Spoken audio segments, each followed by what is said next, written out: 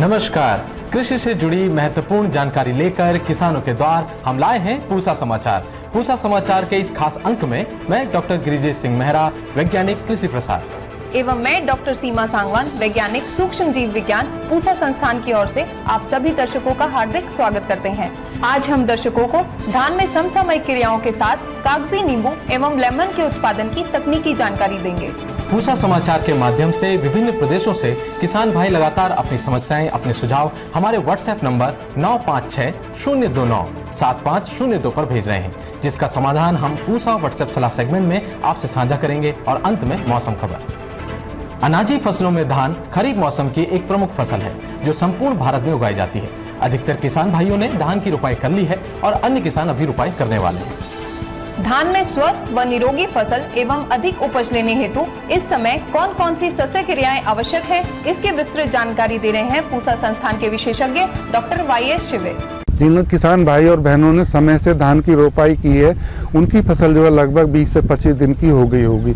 तो इस समय जो है मुख्य शस्य क्रिया जो है, इस बात का ध्यान रखना पोषक तत्व प्रबंधन। यदि हम गोबर की गली सड़ी खाद डाल रहे हैं तो 10 से 12 टन रोपाई के समय डाल देनी चाहिए।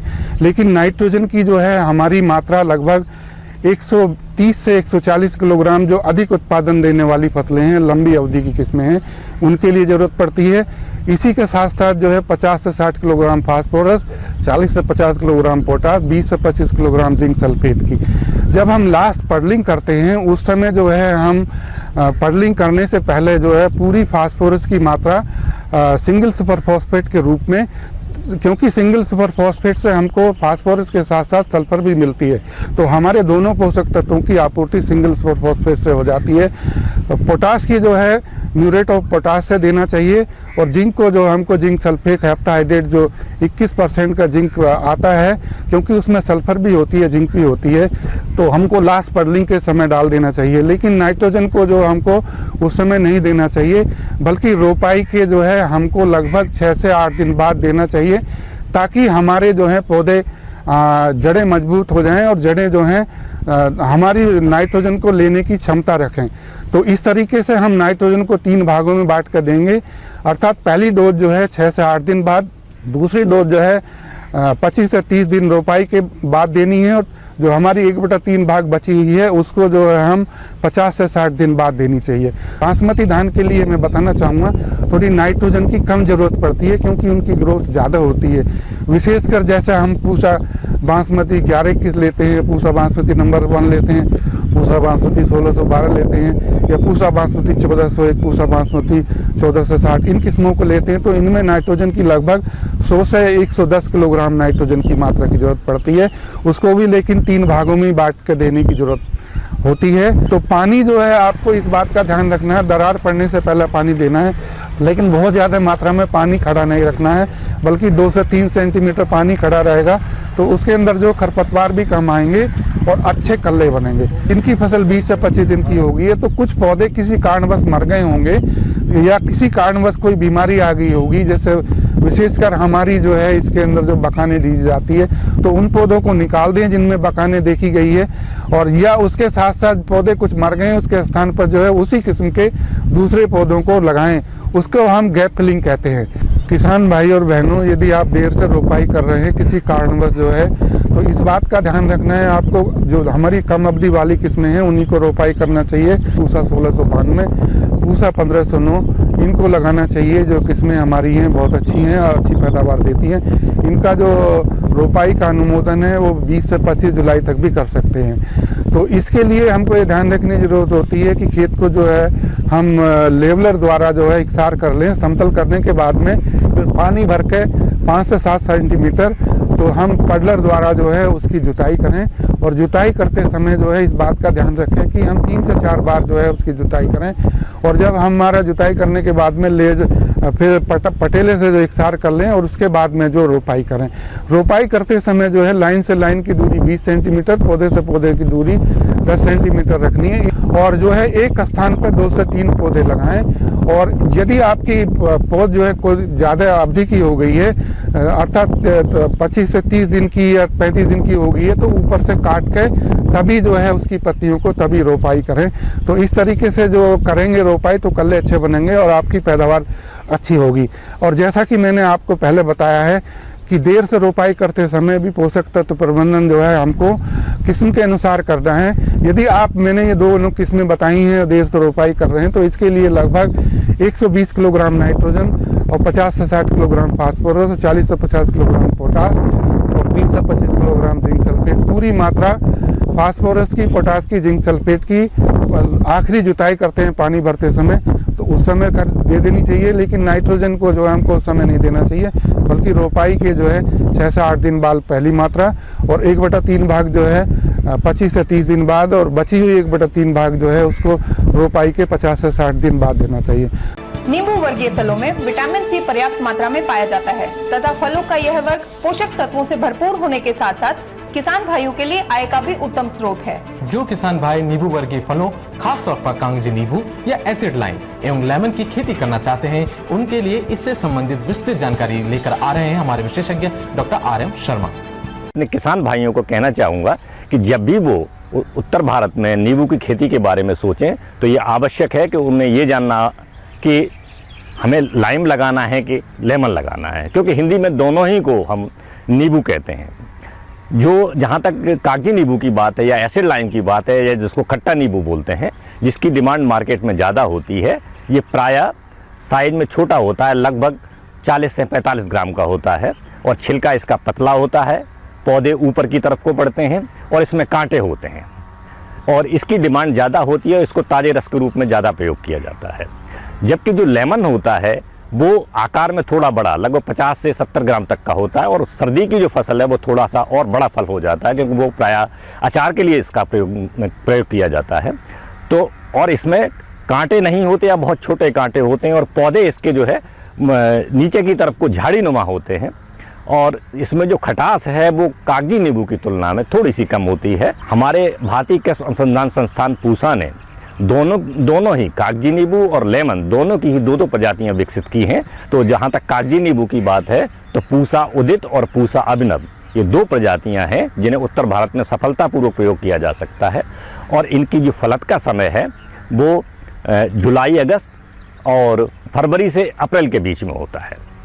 जहाँ तक लेमन की बात है, इसकी फलत जो होती है जून और जुलाई और इधर दिसंबर और जनवरी। तो लगभग 4 से 5 महीने तक आप साल में अगर आप पद्धतिवार लगाते हैं लेमन और लाइम दोनों ही, तो आप फल ले सकते हैं। लेमन की जो 2 प्रजातियां संस्थान ने विकसित की हैं वो एक कागजी कला जो कि बहुत पुरानी वैरायटी है और हाल ही में पूसा लेमन 1 एक प्रजाति आई है जो लगभग 20 जून के आसपास पक के तैयार हो जाती है। जहाँ तक इनके रोपण का सवाल है तो उत्तर भारत में एसिड लाइम और लेमन दोनों का रोपण जो है जुलाई और अगस्त का महीना इसके लिए सबसे सर्वोत्तम माना गया है। इसके रोपण के लिए सबसे आवश्यक है कि गड्ढे की खुदाई, लगभग 1 घन मीटर का गड्ढा हमें खोद लेना चाहिए और उस गड्ढे में कम से कम 10 से 15 दिन पूरी तरह धूप लगने के बाद 20 से 25 किलोग्राम सड़ी हुई गोबर की खाद मिला के उस गड्ढे को भर देना चाहिए। और ये गृह कार्य जिसको आप कहेंगे होमवर्क इसको हम मानते हैं और ये आपका जून के अंतिम सप्ताह तक पूरा हो जाना चाहिए। और जैसे ही जुलाई की पहली बरसात होती है आप लाइम और लेमन दोनों का रोपण कर सकते हैं। दूरी लगभग 4 से 4.5 मीटर हम इसकी रखते हैं। शुरुआत के 1 से 2 सालों में नींबू के रोपण के बाद आप अपने खेत में अंतःसस्यन कर सकते हैं, जिसमें आप दालें लगा सकते हैं और छोटे जो साइज़ की जो फसलें हैं सब्जियों की खास करके, जब आप उसमें गोभी लगाएं, दालें बहुत अच्छी हैं जिसमें आप मूंग, मसूर, मांस ये सभी दालों का अंतःसस्यन करें और दूसरी सब्जियों का भी अंतःसस्यन करें। इस बात का ध्यान रखें कि कोई बड़े आकार की फसल न लगाएं, जैसे उसमें भिंडी न लगाएं, मक्की न लगाएं, इस तरह की फसलों को आप उसमें न लगाएं। लेमन के लिए मैं कहना चाहूँगा कि सिंचाई बहुत आवश्यक है, खास करके अप्रैल, मई और जून के महीने में, अन्यथा इसमें फल फटने लगते हैं या पत्ते जलने लगते हैं। और जब आप लेमन का रोपण करें तो ध्यान रखें कभी भी अप्रैल और मई जून में उसका जो थाला है वो उसको बिल्कुल उसकी घास ख़त्म न करें। छोटी छोटी सी घास अगर उसमें आप रखेंगे तो जो सूरज की रोशनी से होने वाला जो नुकसान है इंटेंस लाइट से वो आपका नहीं होगा। जहाँ तक इसकी उपज की बात है, हमारे पूसा ओतित और पूसा अभिनव दोनों प्रजातियों में लगभग 1400 से 1500 फल एक विकसित वृक्ष से प्रतिवर्ष लिए जा सकते हैं। जैसा कि मैंने बताया कि इसकी जो तुड़ाई है वर्ष में 2 बार होती है। एक तो जुलाई और अगस्त के महीने में इसकी तुड़ाई होती है, दूसरा फरवरी मार्च, और अगर तापमान थोड़ा कम रहता है तो 15 अप्रैल तक भी इसकी तुड़ाई की जा सकती है। और प्रति वृक्ष लगभग 1400 से 1500 फल हमें प्राप्त होते हैं, जो लगभग 1.5 से 2 लाख रुपए प्रति वर्ष आप आय कमा सकते हैं। उसी तरह लेमन है, लेमन में लगभग 700-750 फल आपको प्रतिवर्ष मिल सकते हैं, और इससे भी लगभग 1 से 1.5 लाख रुपए प्रतिवर्ष कमाई की जा सकती है। पूसा समाचार में अब समय है पूसा व्हाट्सएप सलाह सेगमेंट का, जिसमें हम आपके खेती किसानी से जुड़े सभी प्रश्नों का समाधान बताएंगे। हरदा मध्य प्रदेश से बलवीर सिंह राजपूत जी ने पपीते के पौधे पीले पड़कर सूखने की समस्या बताई है। आपकी फसल में विषाणु का प्रकोप हुआ है। इसके समाधान हेतु पानी को रूट जोन में इकट्ठा न होने दें तथा खेत को खरपतवार से मुक्त रखें। रासायनिक नियंत्रण हेतु 12 दिन के अंतराल पर 2 बार प्लानोफिक्स की 60 से 70 मिलीलीटर मात्रा को 200 लीटर पानी में घोल बनाकर 1 एकड़ में छिड़काव करें। मंदसौर मध्य प्रदेश से कुलदीप सिंह अंजना जी ने अमरूद की पत्तियों में छोटे छोटे छेद होने की समस्या बताई है। आपकी फसल में दीमक सहित अन्य कीटों का प्रकोप हुआ है। इसके समाधान हेतु क्लोरोपाइरीफॉस या नीम के तेल की 400 मिलीलीटर मात्रा को 200 लीटर पानी में घोल बनाकर 1 एकड़ में छिड़काव करें। बदायूं से विक्रम यादव जी ने धान के पौधों के गलने की समस्या बताई है। आपकी फसल में बकाने रोग का प्रकोप हुआ है। इसके समाधान हेतु तुरंत खेत से अतिरिक्त पानी निकाल दें तथा स्ट्रेप्टोसाइक्लिन की 40 ग्राम की मात्रा को 200 लीटर पानी में घोल बनाकर 1 एकड़ में छिड़काव करें तथा 10 से 12 दिन बाद कॉपर ऑक्सीक्लोराइड की 500 ग्राम की मात्रा को 200 लीटर पानी में घोल बनाकर 1 एकड़ में छिड़काव करें। राजस्थान से मुकेश सिरवी जी ने मक्के के पौधों में कीट की समस्या बताई है। आपकी फसल में फॉल आर्मी वॉर्म कीट का प्रकोप हुआ है। इसके समाधान हेतु क्लोरेंट्रानिलीप्रोल की 70 से 80 ml की मात्रा को 200 लीटर पानी में घोल बनाकर 1 एकड़ में छिड़काव करें। आइए सुनते हैं आने वाले सप्ताह में कैसा रहेगा देश भर में मौसम का हाल, मौसम खबर में। भारत मौसम विज्ञान विभाग द्वारा दिए गए मौसम पूर्वानुमान के अनुसार 18 से 20 जुलाई के दौरान राजस्थान, झारखंड, पश्चिम बंगाल, विदर्भ, छत्तीसगढ़, तेलंगाना, हरियाणा, चंडीगढ़, दिल्ली, उत्तर प्रदेश, बिहार, उड़ीसा, महाराष्ट्र, अंडमान निकोबार द्वीप समूह, दक्षिण आंतरिक कर्नाटक, केरल, जम्मू कश्मीर, लद्दाख, हिमाचल प्रदेश, उत्तराखंड, पंजाब तथा उत्तर पूर्वी राज्यों में अलग अलग स्थानों पर भारी वर्षा की संभावना है। 21 से 23 जुलाई के दौरान देश भर में सक्रिय मानसून की स्थिति बनी रहने की संभावना है। तटीय आंध्र प्रदेश, रायलसीमा, दक्षिण आंतरिक कर्नाटक, तमिलनाडु, पौंडीचेरी, कराईकल और लक्षद्वीप को छोड़कर देश के शेष हिस्सों में वर्षा की संभावना है। प्रिय किसान भाइयों, बहनों एवं दर्शकों, आशा करते हैं पूसा समाचार का यह अंक भी आपकी खेती किसानी से जुड़ी समस्याओं के समाधान में जरूर सहायक सिद्ध होगा। आप सभी दर्शकों से निवेदन है कि ज्यादा से ज्यादा संख्या में हमारे संस्थान के चैनल को सब्सक्राइब करें और पूसा समाचार के हर अंक का लाभ उठाएं। इसके साथ ही साथ फेसबुक पेज और ट्विटर हैंडल को भी जरूर फॉलो करें। कृषि से जुड़ी समस्याएं या अधिक जानकारी हेतु हमें दिए गए नंबर पर व्हाट्सएप अवश्य करें और अपना नाम एवं पता अवश्य लिखें। आपके सुझावों और प्रतिक्रियाओं का हमें हमेशा इंतजार रहता है। कृषि की दिशा में यदि लाने हो नवाचार तो देखते रहिए हमारा साप्ताहिक कार्यक्रम पूसा समाचार। कुछ नए विषयों पर नई जानकारी लेकर हम फिर हाजिर होंगे अगले शनिवार। तब तक के लिए दीजिए इजाजत। नमस्कार।